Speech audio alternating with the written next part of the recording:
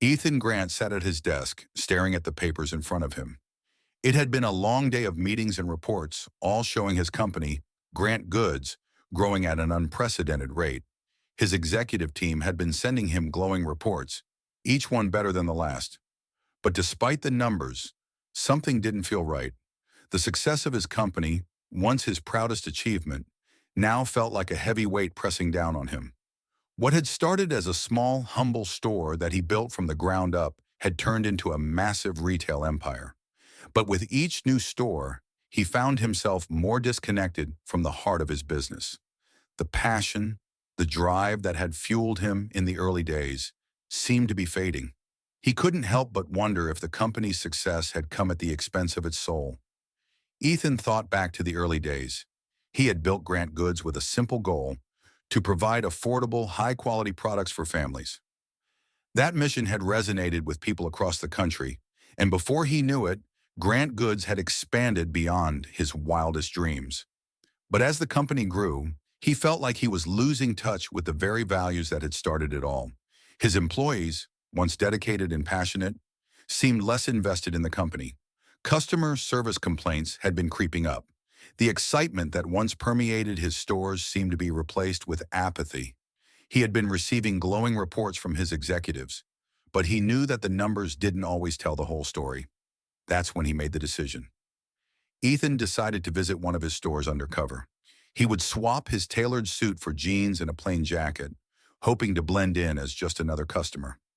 He knew that the only way to understand what was truly happening in his business was to see it firsthand, without any filters or rose-colored reports.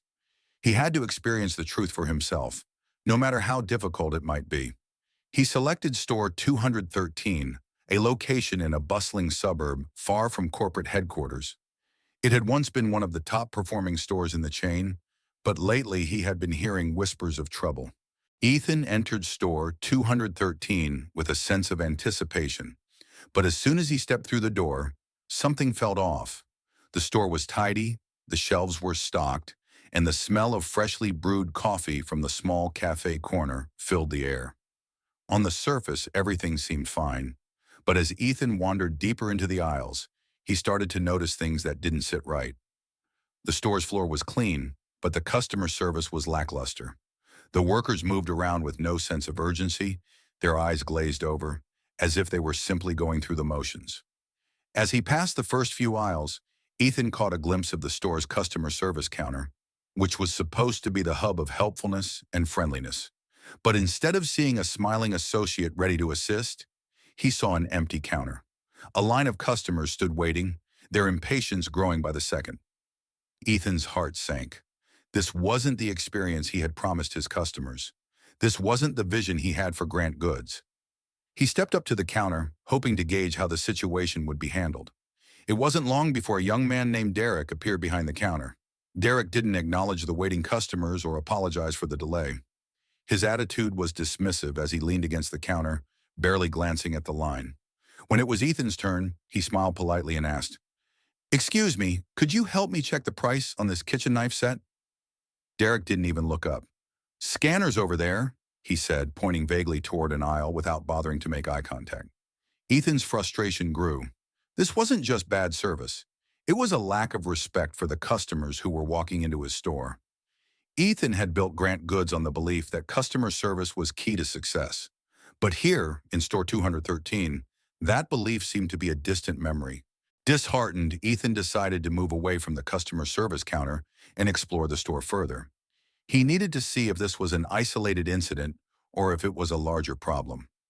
As he made his way through the aisles, he came across another employee, Todd, a middle-aged man who was busy restocking shelves.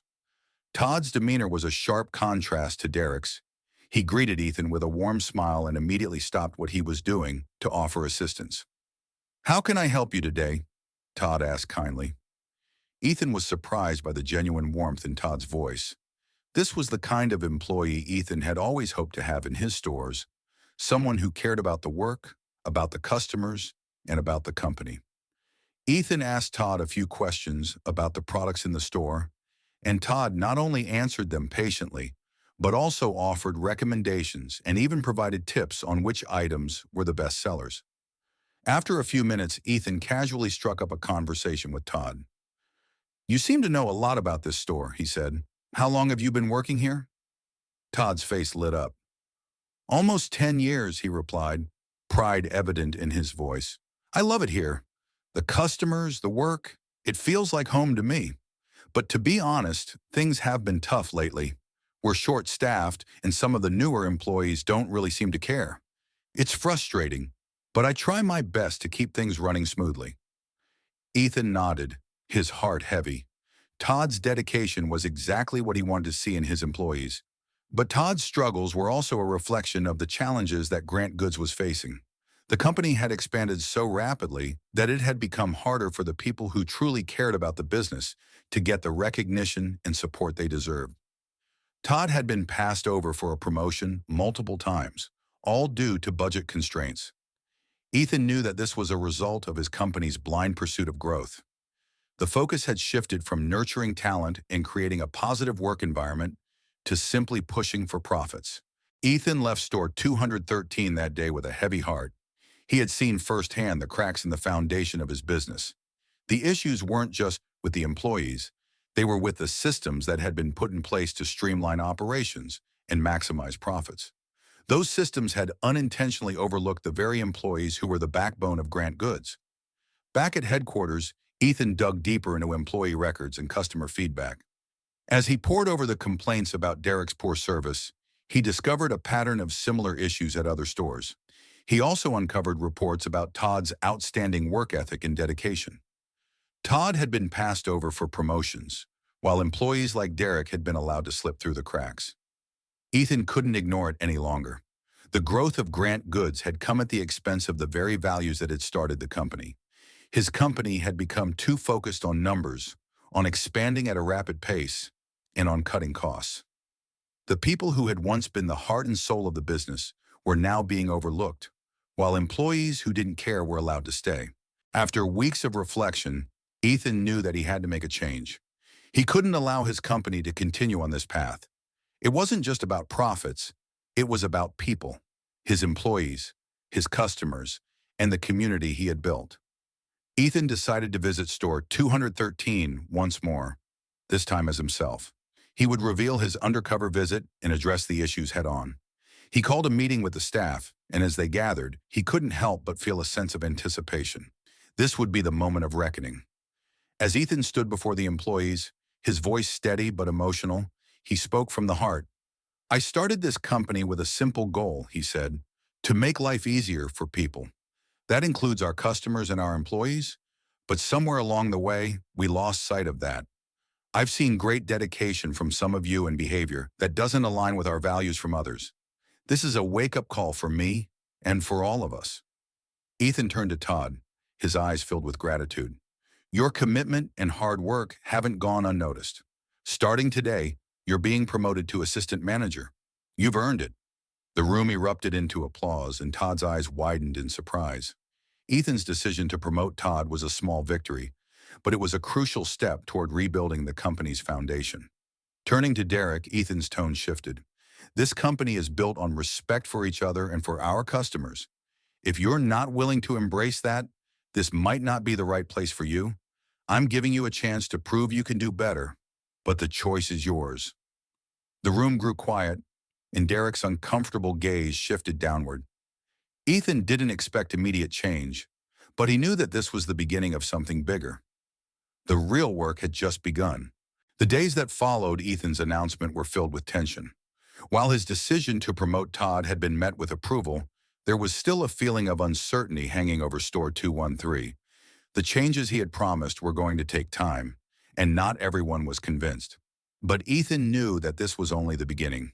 He had ordered new training programs for all employees to make sure everyone understood the values that had once driven Grant Goods. He also pushed for better staffing levels and worked on creating an anonymous feedback system that would allow employees to voice concerns without fear of retaliation.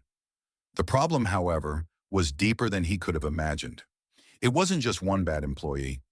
Derek's attitude was a symptom of a larger issue within the company's culture. The disconnect between corporate leadership and the reality on the ground was vast. Ethan spent the next few weeks visiting different stores, observing operations from the inside out. He saw employees who were overworked and underappreciated, and customers who were dissatisfied with the service they were receiving. He was still reeling from what he had witnessed at Store 213, how a single poor employee could bring down the morale of an entire store.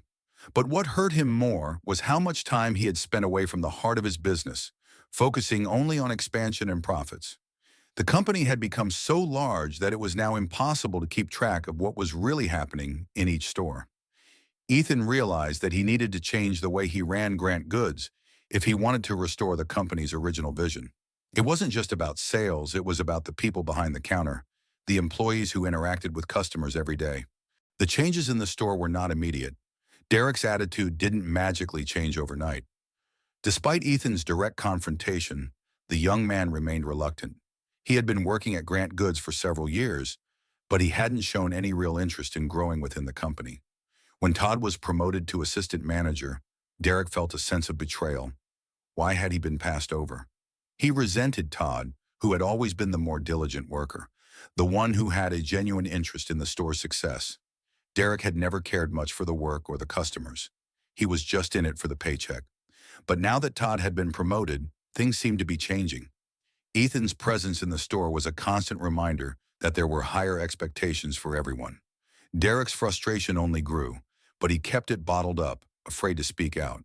When Ethan visited Store 213 again, he decided to observe Derek from a distance. He watched how Derek interacted with customers, how he would dismiss their concerns with a wave of his hand or a muttered excuse. It was clear that Derek didn't care about the business, but what was more troubling was that no one had ever bothered to intervene before. He had been allowed to remain in his position without any real accountability for his actions. In stark contrast to Derek's apathy, Todd was a beacon of hope. The promotion had ignited a fire in him that had been buried for years. He became more proactive, stepping up to help customers and offering guidance to new employees. He had always cared about his job, but now he felt that his dedication was being recognized. Todd became an example of what Ethan had envisioned when he started Grant Goods, a hard-working, passionate employee who truly believed in the company's mission. With Ethan's support, Todd was able to lead the team through a series of challenging weeks. There were still bumps along the way, some employees who resisted the changes, others who were too ingrained in the old way of doing things. But Todd didn't back down. He stood firm in his belief that the company could be better, and that if they worked together, they could restore the store's reputation. Todd's transformation was a reminder to Ethan of why he had started the company in the first place. It wasn't about making a quick buck or expanding for the sake of expansion. It was about creating a community, a place where both employees and customers could feel valued. However, change wasn't going to be easy. As the days wore on, Ethan realized that some of the employees weren't ready to accept the new policies. The anonymous feedback system, though meant to be a safe space for employees to voice their concerns, became a battleground. Many of the long-term employees felt threatened by the new hires who were eager to implement the changes.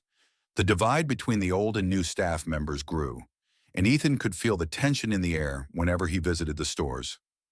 The most vocal resistance came from Derek. He began to make trouble, not just for Todd, but for the other employees as well. He spread rumors that the company was going to go under, that the changes were unnecessary, and that Ethan was out of touch with reality. Derek's attitude was like a cancer that began to spread throughout the store. Todd tried to reason with him, but Derek was stubborn. "You're just a puppet," he would say. "Ethan's using you to push his agenda. And for what? A promotion? A pat on the back? It's all going to fall apart, and you're going to be left with nothing." Ethan was aware of the tension between Todd and Derek, and though he wanted to step in, he knew that this was something the employees had to work out themselves. Derek's negativity was a major problem, but Ethan couldn't force him to change. The choice had to be Derek's. One evening, as Ethan sat alone in his office, he received an anonymous email. The message was brief, but it hit him hard. "You're making a mistake. Derek isn't the problem.